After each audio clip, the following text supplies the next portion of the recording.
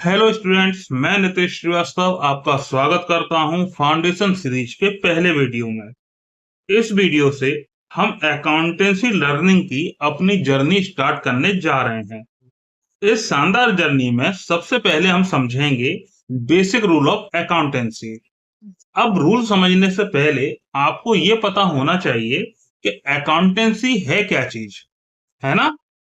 तो students, accountancy एक subject है। जैसे इंग्लिश है, मैथ है, हिंदी है, उसी प्रकार से अकाउंटेंसी भी एक सब्जेक्ट है। अब हर सब्जेक्ट का कोई ना कोई बेस होता है जिसके ऊपर पूरा सब्जेक्ट खड़ा होता है। जैसे इंग्लिश का बेस ग्रामर होती है, मैथ का फॉर्मूले होते हैं, हिंदी का व्याकरण होती है। उसी प्रकार से हमारी अकाउंटेंसी बेस होती है डबल एंट्री सिस्टम पर। डबल एंट्री सिस्टम यानी दोहरा लेखा प्रणाली, इसको हिंदी में दोहरा लेखा प्रणाली कहते हैं, जो कहता है कि बिजनेस में होने वाले प्रत्येक ट्रांजैक्शन को दो भागों में बांट के रिकॉर्ड करो। कौन कौन से हैं दो भाग? पहला है डेबिट और दूसरा है क्रेडिट। कौन कह रहा है कि दो भागों में बांटो? अकाउंटेंसी के double entry system? Double entry system कह रहा है। ठीक है, किसको बांटना है दो भागों में? बिजनेस के ट्रांजैक्शंस को। अब बिजनेस के ट्रांजैक्शंस का मतलब क्या है? बिजनेस ट्रांजैक्शन का मतलब है कि हमारे बिजनेस में जो भी लेन देन हो रहे हो, अगर हम किसी व्यक्ति से माल परचेज कर रहे हैं तो ये एक ट्रांजैक्शन हो गया, किसी को रुपया दे रहे हैं ये दूसरा ट्रांजैक्शन हो गया। इस प्रकार से जो ट्रांजैक्शन होते हैं उनको रिकॉर्ड करते समय हमें दो भागों में बांटना होता है, डेबिट और क्रेडिट में। ठीक है, अब डेबिट और क्रेडिट में ट्रांजैक्शंस को बांटेंगे कैसे? तो उसके लिए डबल एंट्री सिस्टम आपको तीन अकाउंट्स प्रोवाइड कराता है। जैसे टेंस होते हैं ना, प्रेजेंट पास्ट फ्यूचर, उसी प्रकार से तीन अकाउंट्स होते हैं। कौन कौन से? देखो, पहला है पर्सनल अकाउंट, दूसरा है रियल अकाउंट और तीसरा है नॉन रियल या नॉमिनल अकाउंट्स। इन तीन अकाउंट्स के तीन रूल होते हैं जिनके थ्रू हम ट्रांजेक्शन्स को डेबिट और क्रेडिट में डिवाइड करते हैं। अब आप कहोगे कि डेबिट और क्रेडिट में तो हम तब बांटेंगे जब हम ट्रांजैक्शन में जान पाएंगे कि हमें पर्सनल यूज करना है, रियल यूज करना है कि नॉन रियल यूज करना है ना? तो उसके लिए हम इन अकाउंट्स की आइडेंटिफिकेशन को देखेंगे। तो चलो समझते हैं अकाउंट्स की आइडेंटिफिकेशन। तो सबसे पहला अकाउंट था पर्सनल अकाउंट्स। तो देखो जरा क्या लिखा है। If the name of any person or organization appears in the transaction, then it will be treated as personal accounts, such as Ram, Mohan, Axis Bank, A Limited, etc. तो आपको बता रहा है कि अगर ट्रांजैक्शन में किसी व्यक्ति या ऑर्गेनाइजेशन यानी संस्था का नाम आ जाए तो वो पर्सनल अकाउंट से रिलेटेड होगा। जैसे राम, मोहन, एक्सिस बैंक, ए लिमिटेड, टाटा स्टील, कोई भी कंपनी या किसी व्यक्ति का नाम आ जाए तो आप समझ जाना ये पर्सनल अकाउंट से रिलेटेड है। अब यहाँ पर आगे देखो टू थर्ड लिखा हुआ है, तो टू थर्ड का मतलब क्या है? इसका मतलब ये है बच्चों कि अभी जो मैंने आपको आइडेंटिफिकेशन समझाई है पर्सनल अकाउंट की, वो टू थर्ड ही है। अभी वन थर्ड बची हुई है।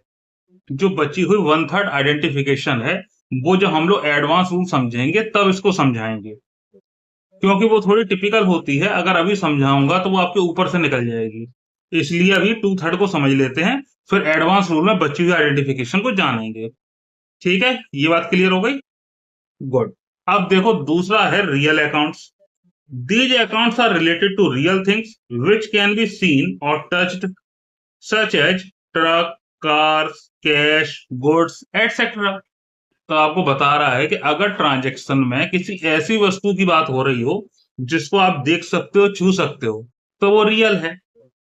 जैसे ट्रक्स, अब ट्रक तो आप देख पाओगे, छू भी पाओगे। कैश, कैश यानी रुपया। गुड्स, गुड्स का मतलब क्या है? गुड्स कोई भी वो आइटम होगा जिसका आप बिजनेस कर रहे होगे। जैसे अगर आप कपड़ों का बिजनेस कर रहे हो तो जो गारमेंट्स है वो आपके लिए गुड्स हो गए। अगर आप फर्नीचर का बिजनेस कर रहे हो तो फर्नीचर आपके लिए गुड्स हो गया। ठीक है, तो जिस भी आइटम का हम लोग बिजनेस कर रहे होते हैं उसको गुड्स कहते हैं, माल कहते हैं। तो इन सभी चीजों को आप देख भी सकते हो, छू भी सकते हो, तो ये रियल अकाउंट से रिलेटेड हो जाएंगी। ओके। अब तीसरा और अंतिम है बच्चों नॉन रियल या नॉमिनल अकाउंट्स। इनको ध्यान से सुनना। These accounts are nominal. ये खाते नाम मात्र के होते हैं। meaning they have no real existence. They only clarify the nature of transactions and include expenses, losses, incomes, and profits such as rent received, salary, wages, etc. तो आपको क्या बता रहा है कि ये अकाउंट्स नाम मात्र के होते हैं। मतलब क्या है नाम मात्र का? तो उसका मतलब है कि इनका कोई अस्तित्व ही नहीं होता, ये एग्जिस्ट ही नहीं करते हैं। ये सिर्फ ट्रांजैक्शन का नेचर क्लियर करते हैं। इनमें एक्सपेंसेस आ जाते हैं, लॉसेस आ जाती हैं, इनकम्स आ जाती हैं, प्रॉफिट्स आ जाते हैं। जैसे आपको रेंट रिसीव्ड हुआ तो ये इनकम हो गई, सैलरी है, वेजेस है, ये एक्सपेंसेस हो गया। तो ये सब नॉन रियल या नॉमिनल है। बात समझ में आई? अब आप कहोगे कि पर्सनल रियल तो समझ में आ गया, ये थोड़ा सा दिक्कत दे रहा है ना? तो चलो, जो ये आपको दिक्कत दे रहा है उसको मैं आपको समझाता हूं। ध्यान दो जरा। नॉन रियल का मतलब है ऐसे आइटम जो एक्चुअल में है ही नहीं है। अब आप कहोगे ऐसे कौन से आइटम है जो है ही नहीं है? मान लो मैं आपसे कह रहा हूं कि मैंने सैलरी पेड की, तो बताओ मैंने क्या चीज दी होगी बच्चों? सैलरी में रुपए ही दिए होंगे ना, सैलरी तो कोई चीज नहीं होगी, कैश दिया होगा। अब मैं बोलूं आपसे कि रेंट दिया, अब क्या दिया? कैश दिया होगा। अब मैं कह रहा हूं वेजेस दी, मजदूरी, वेजेस का ना मजदूरी जो मजदूरों को देते हैं, तो क्या दिया होगा? कैश दिया होगा। तीनों ही ट्रांजैक्शन में हमने कैश ही दिया ना। ना सैलरी कोई चीज है, ना रेंट कोई चीज है, ना वेजेस कोई चीज है। लेकिन देखो बच्चों, ये ट्रांजैक्शन का नेचर क्लियर कर रहे हैं। जब मैं आपसे बोलूंगा मैंने सैलरी दी, तो आप समझ जाओगे कि अपने कंपनी के एम्प्लॉयज को रुपए दिए होंगे। हमने बोला रेंट दिया, तो आप समझ जाओगे ऑफिस की बिल्डिंग किराए पे ले रखी होगी या फैक्ट्री किराए पे ले रखी होगी, तो उसका किराया दिया होगा। अब मैं बोल रहा हूँ वेजेस दी, मजदूरी दी, तो आप समझ जाओगे कि मजदूर लगाए होंगे, उनको रुपए दिया होगा। तो सैलरी, रेंट, वेजेस कुछ ना होते हुए भी आपको ये बता रहे हैं कि रुपए क्यों जा रहा है, कहाँ जा रहा है। तो ये आइटम्स हो गए नॉन रियल। आप समझ में आई बात? आई? Very good. अब देखो, अब हम आपको देने जा रहे हैं अकाउंट्स मैजिक का मैजिक। आप अकाउंट्स मैजिक पे पढ़ रहे हो, और अकाउंट्स मैजिक पे पढ़ने के बाद भी अगर आइडेंटिफिकेशन के लिए आपको ये सारे आइटम बार बार इतना पढ़ना पड़े तो फायदा क्या है ना? अब मैं आपको सिखाने जा रहा हूं इन अकाउंट्स की आइडेंटिफिकेशन को बिल्कुल सिंपल तरीके से। तो देखो बच्चों, जब भी हम कोई वर्ड बोलते हैं तो आपके दिमाग में उसकी एक तस्वीर बनती है। तो अब मैं वर्ड्स बोलूंगा, आपको आंख बंद करके सिर्फ ये बताना है कि पिक्चर बन रही है कि नहीं बन रही है।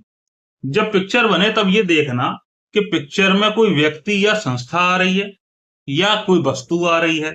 अगर व्यक्ति और संस्था की पिक्चर बने तो पर्सनल हो जाएगा। किसी वस्तु की बने तो वो रियल हो जाएगा। और जिसकी कोई तस्वीर ना बने, ब्लैंक हो जाए, तो वो नॉन रियल होगा।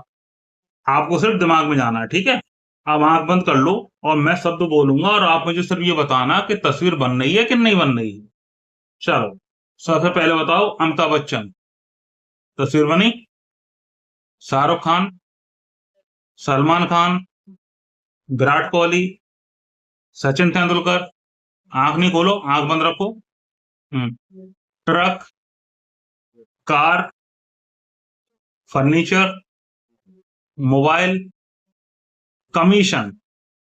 बताओ कमीशन की बनी? नहीं बनी ना।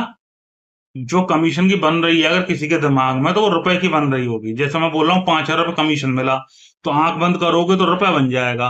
पर वो तो रुपया है, कैश है। मैं तो कमीशन की बात कर रहा हूँ। कमीशन की कोई तस्वीर बन रही है?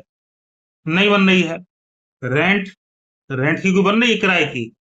नहीं बन रही है। सैलरी, फिर वो रुपया बनना होगा, रुपए की बात नहीं हो रही है, सैलरी की बात हो रही है। सैलरी की बताओ बन रही है कि नहीं बन रही है? नहीं बन रही है। तो जिसकी कोई तस्वीर नहीं बन रही है वो नॉन रियल है। जब वस्तु की बनी तो रियल है, और व्यक्ति की बनी थी तो पर्सनल है। अब जैसे मैं बोलूं अगर स्टेट बैंक, तो आप समझ जाओगे कि स्टेट बैंक एक ऑर्गेनाइजेशन है, संस्था है, तो पर्सनल हो गया। अब अगर मैंने बोला अरुण, तो अब अरुण की कोई तस्वीर तो नहीं बनेगी क्योंकि आपने अरुण को देखा नहीं है, लेकिन ये तो जान ही जाओगे ना कि अरुण कोई व्यक्ति होगा, तो पर्सनल हो जाएगा। समझ में आई बात कि नहीं आई? हो गई आइडेंटिफिकेशन बिल्कुल सिंपल। बस आंख बंद करो, दिमाग में जाओ और छांट लो क्या है ये। तो आइडेंटिफिकेशन क्लियर हो गई। तो अब चलते हैं रूल्स पर। रूल्स किसके लिए है? अभी मैंने आपको बताया था कि डबल एंट्री सिस्टम कहता है कि बिजनेस में होने वाले प्रत्येक ट्रांजैक्शन को डेबिट और क्रेडिट में बांट दो। तो अब हम देखेंगे कि इन अकाउंट्स की सहायता से हम डेबिट क्रेडिट में ट्रांजेक्शन्स को कैसे डिवाइड करेंगे। सबसे पहला रूल है पर्सनल अकाउंट का, debit the receiver credit the giver, पाने वाला डीआर, देने वाला सीआर। अब क्या रिसीवर क्या गिवर, तो पहले तो अकाउंट्स का एक नियम अपने दिमाग में बैठा लो। जब भी कोई ट्रांजेक्शन बोला जाएगा तो आपको ये मान के चलना है कि वो ट्रांजेक्शन आप कर रहे हो।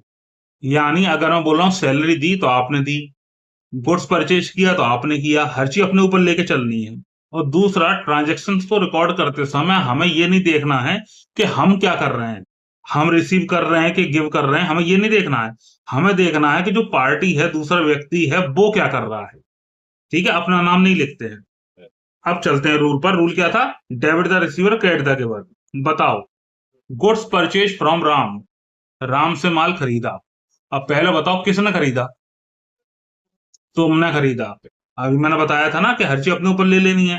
तो अब सोच के बताना बच्चों, अगर आप राम से गुड्स परचेज कर रहे हो तो राम रिसीवर है कि गिवर है, क्या है बताओ।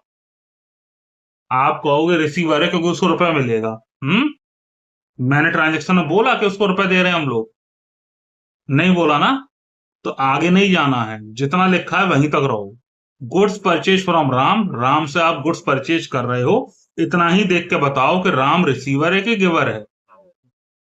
गिवर है, देने वाला है, क्या दे रहा है वो आपको, गुड्स दे रहा है। और देने वाला क्या होता है, क्रेडिट। तो राम का नाम हम लोग क्रेडिट साइड में लिखेंगे। आप बताओ, cash deposited into bank, bank में रुपए जमा किए, किसने जमा किए, आपने जमा किए। अगर आप बैंक में रुपए जमा कर रहे हो, डिपॉजिट कर रहे हो, तो बैंक बताओ रिसीवर है कि गिवर है, पा रही है कि दे रही है। बैंक में रुपए जमा कर रहे हो तो बैंक पा रही है, रिसीवर है तो बैंक डेबिट साइड में लिख दी जाएगी। ठीक, समझ में आ गया पर्सनल अकाउंट। अब रियल अकाउंट्स का रूल देखो, debit what's comes in, credit what's goes out. आने वाली वस्तु डीआर और जाने वाली सीआर। आपको पीछे बताना मैं भूल गया था स्टार्टिंग में कि डेबिट को शॉर्ट में डीआर बोलते हैं और क्रेडिट को शॉर्ट में सीआर बोलते हैं। डीआर की फुल फॉर्म होती है डेबिट इन रिकॉर्ड और सीआर की होती है क्रेडिट इन रिकॉर्ड। अब आ जाओ रूल पर।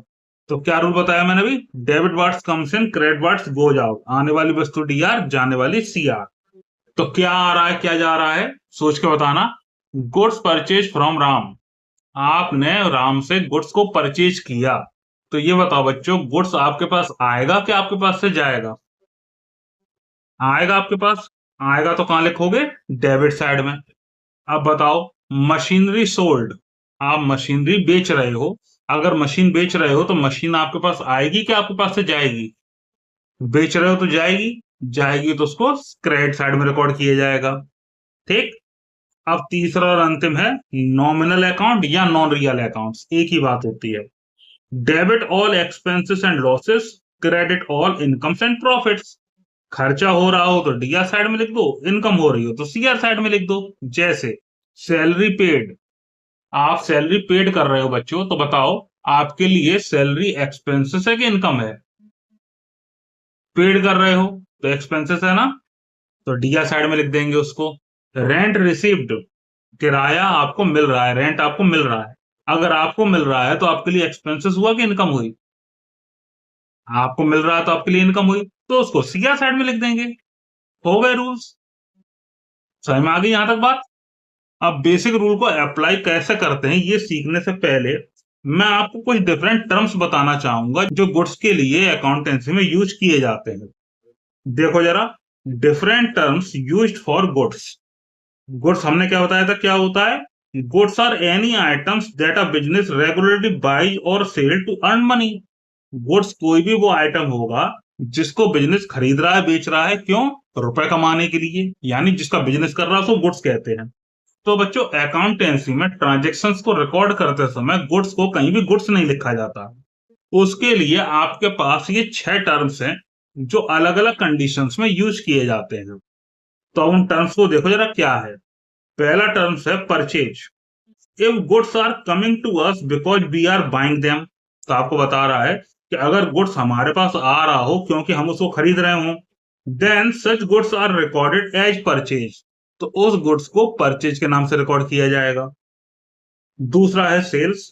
If goods are going out from us because we are selling them, अगर गुड्स आपके पास से जा रहा हो क्यों? क्योंकि आप उसको बेच रहे हो। Then such goods are recorded as sales, तो उस गुड्स को हम सेल्स के नाम से रिकॉर्ड करेंगे। फिर है परचेज रिटर्न और रिटर्न आउटवर्ड्स। परचेज रिटर्न को ही रिटर्न आउटवर्ड्स कहते हैं। If goods are going out from us, goods आपके पास से जा रहा हो, because we are returning purchase goods to the supplier. क्यों जा रहा है? क्योंकि आप खरीदा हुआ माल सप्लायर को वापस कर रहे हो। अब वापस करने के कई रीजन हो सकते हैं, गुड्स डैमेज है या अच्छी क्वालिटी का नहीं है तो आप वापस कर रहे हो। तो अगर ये वाली कंडीशन हो रही हो तो गुड्स को हम लोग क्या लिखेंगे? It is recorded as purchase return, तो इस गुड्स को हम परचेज रिटर्न के नाम से रिकॉर्ड करेंगे। फिर है सेल्स रिटर्न और रिटर्न इनवर्ड्स। सेल रिटर्न को रिटर्न इनवर्ड भी कहते हैं। If goods are coming back to us, goods हमारे पास वापस आ रहा हो, because the customer is returning them. क्यों वापस आ रहा है? क्योंकि कस्टमर जिसको हमने माल बेचा था वो उसको वापस कर रहा है। Then such goods are recorded as sales return, तो उस गुड्स को हम लोग सेल रिटर्न के नाम से रिकॉर्ड कर लेंगे। फिर ये दो टर्म्स और हैं, ओपनिंग स्टॉक और क्लोजिंग स्टॉक। अब ये तो नाम से क्लियर हो रहे हैं। ओपनिंग स्टॉक का मतलब है कि जब ये ईयर स्टार्ट हुई थी तो पहले दिन कितने रुपए का गुड्स हमारे गोडाउन में रखा हुआ था, जितने भी रुपए का रखा हुआ था उसको ओपनिंग स्टॉक कहेंगे। और क्लोजिंग स्टॉक का मतलब क्या होगा? जब ईयर एंड होगी उस दिन हमारे गोडाउन में कितने रुपए का गुड्स रखा हुआ होगा, उसको हम लोग क्लोजिंग स्टॉक कहेंगे। समझ में आ गई बात? Very good. तो फाउंडेशन सीरीज के पहले वीडियो में हमने आपको बेसिक रूल ऑफ अकाउंटेंसी समझा दिए। उम्मीद करता हूं आपको अच्छी तरह समझ में आ गया होगा। ये डिफरेंट टर्म्स भी आपके समझ में आ गए होंगे। अगर ना समझ में आए हों तो ये मेरा नंबर है, आप मुझे मैसेज करके पूछ सकते हो या कमेंट में पूछ सकते हो। ठीक है? अगर ये क्लियर हो गए हों तो नेक्स्ट वीडियो प्ले करना, जिसमें हम एक्सरसाइज 1 सॉल्व करेंगे और देखेंगे कि इन रूल्स को अप्लाइड किस प्रकार से किया जाएगा। तो ये वीडियो क्लियर हो जाए उसके बाद फिर नेक्स्ट वीडियो प्ले करो।